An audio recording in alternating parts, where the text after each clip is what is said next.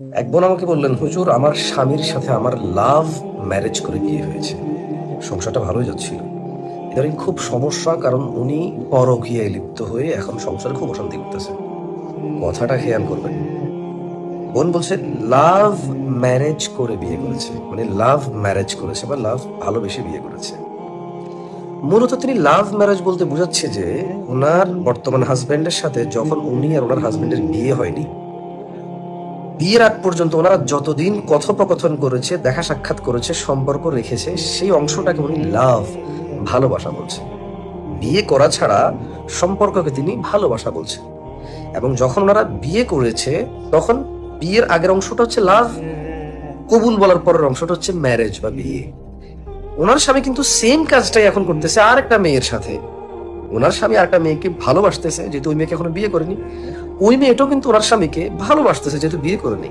পুরুষ যেহেতু একের অধিক বিয়ে করতে পারে, ইসলাম ধর্মে বৈধ আছে যদি ওর রিকোয়ারমেন্ট ফুলফিল হয়, তাহলে কি এই বোন যিনি প্রশ্ন করেছে লাভ ম্যারেজ করেছে, তাহলে এখন ওনার স্বামী যে মেয়ের সাথে কথা বলে ওকে যদি বিয়ে করে, ওই মেয়েকে সেম বলবে না যে আমরা লাভ ম্যারেজ করেছি? তাহলে উনি আরেক মেয়ের ভালোবাসাকে পরকীয়া বলছে, আর উনি ওনার ভালোবাসাকে ভালোবাসা বলছে। বা ধরে নেন উনি মূলত জেনাকে যখন আরেক মেয়ে করতেছে সেটা পরকীয়া বলতেছে, আর জেনা যখন তিনি করতেছে তখন এটাকে লাভ বলতেছে। মানে একই কাজ উনি বিয়ের পূর্বে করেছে, ওনারটা ভালোবাসা। এখন আরেকটা মেয়ে একটা ছেলের সাথে এরকম জেনা ব্যভিচারে লিপ্ত, মানে বিবাহ বহির্ভূত সম্পর্কে লিপ্ত, এটা উনি পরকীয়া বলতেছে। মানে এটা টাইটেল কিভাবে চেঞ্জ হলো I don't know. I mean কোন লজিকে? তার মানে কি আমার বোনরা বলতে চায় যে কারো বাবার ছেলের সাথে কথা বললে ভালোবাসা হয়, কারো বউয়ের স্বামীর সাথে কথা বললে পরকীয়া হয়, কারো বাবার ছেলের সাথে বিয়ে না করে সম্পর্ক করলে ভালোবাসা হয়, আর কারো স্বামীর সাথে বিয়ে না করে কথা বললে পরকীয়া হয়? বোনরা কি এটা বোঝাতে চাচ্ছে? বোন, তোমার বাবা মানে কারো বাপের ছেলে আর কারো স্ত্রীর স্বামী ডাজন্ট ম্যাটার। ইসলাম রুলস দিয়েছে কোন ছেলে যে কেউ, কোন মেয়ে যে কেউ বিবাহের পূর্বে সম্পর্ক রাখলে সেটা জানা বলে বিবেচিত হবে। আফসোস লাগে তোমরা বিবাহের পূর্বে সম্পর্ক রেখে সেটাকে তোমরা ভালোবাসা বলো। আল্লাহ বলেছে যারা তোমরা বলো ভালোবাসা। ছি, তুমি কারো কথায় তোমার বাবার ভিটা ছাড়বা না।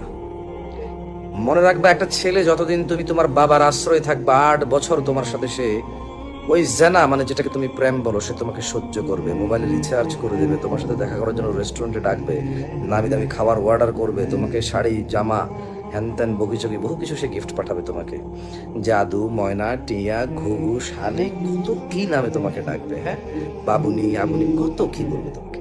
কিন্তু মনে রাখবে, সে একই ছেলে যখন তুমি তোমার বাবার ভিটা ছেড়ে, বাবার বাড়ি ছেড়ে তুমি পালিয়ে তার সাথে যাবা, 2 মান্থ 2 মাস 4 মাস 6 মাস পর তোমার গালে সে থাপ্পড় দিবে, আর তোমাকে বলবে তালাক দিলাম, 1 তালাক 2 তালাক 3 তালাক। তুমি যতক্ষণ তোমার বাবার মেয়ে আছো, তোমাকে ওই পুরুষ সহ্য করবে 8 বছর 10 বছর। হারাম হালাল এটা ডিসাইডেড। আল্লাহ যা হারাম করেছে তা কিয়ামত পর্যন্ত হারাম, আল্লাহ যা হালাল করেছে তা কিয়ামত পর্যন্ত হালাল। বিবাহের পূর্বে ছেলে এবং মেয়ে কথা বলা হারাম, জানা, অশ্লীলতা ছাড়া কিছুই না। So this things are already decided. এগুলো ডিসাইডেড হয়ে গেছে, এগুলো সব নির্ধারিত বিষয়। আমি তর্কের খাতিরে কথা বলছি, তুমি দেখো না, ওরা দুইজন পালিয়ে গেছে, 6 মাস 1 বছর পর একটা বাচ্চা হয়েছে, তারপরে মেয়েটাকে তালাক দিয়ে দিল ছেলেটা। তুমি দেখো না, এখন একটা বাচ্চা হয়নি, 2 মাস 3 মাস 4 মাস পরে মেয়েটাকে তালাক দিল ছেলেটা। মারধর করে, বিরক্ত, ঘরে আসে না ছেলেটা, গাঁজা খায়, সিগারেট খায়, মদ খায়। তুমি যখন ওর সাথে প্রেম করতে, তুমি এত কিছু জানতো না কেন? তুমি এত কিছু এই জন্য জানতা না কারণ তোমার সাথে সে মোবাইলে যতক্ষণ কথা বলেছে ততক্ষণ তুমি তাকে চিনেছো, আর ততক্ষণ তার আকর্ষণ ছিল তোমার প্রতি। যতক্ষণ তার আকর্ষণ ছিল ততক্ষণ সে তোমার সাথে কথা বলেছে। কিন্তু এখন যখন তুমি তার কাছে যাও, তখন তার আকর্ষণ থাক না থাক তুমি তার সঙ্গে আছো। যতক্ষণ তার তোমার প্রতি আগ্রহ আছে ততক্ষণ তুমি তার সাথে, আর যতক্ষণ সে তোমাকে ছাড়া অন্য কিছু নিয়ে থাকে ততক্ষণ তুমি তার সাথে। সো সিচুয়েশন ডিফারেন্ট চলে আসে, পরিবেশ ভিন্নতা আসে, রাইট?